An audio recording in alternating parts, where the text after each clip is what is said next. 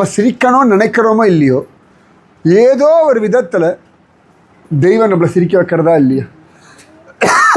எல்லாருக்கும் வியாதி இருக்குது, எல்லாருக்குமே பணக்கவலைகள், அவமானங்கள், எதிர்பார்ப்புகள், ஏமாற்றங்கள் எல்லாம் இருக்குது.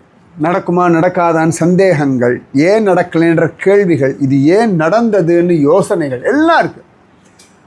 இத்தனையும் தாண்டி இந்த வாழ்க்கையில் ஒவ்வொரு நாளும் ஏதோ ஒரு விதத்தில் தெய்வம் நம்மளை சமாதானப்படுத்திட்டு தானே இருக்குது. ஏதோ ஒரு விதத்தில் எதுவுமே இல்லைன்னா தூக்கத்தை கொடுத்தா நம்மளை கொஞ்ச நேரம் மறக்க விட்டு நம்ம முழிச்சோம், அதுதான் ஏதோ மறந்துட்டு திரும்பி ஞாபகம் வச்சு கவலைப்படுறோம்.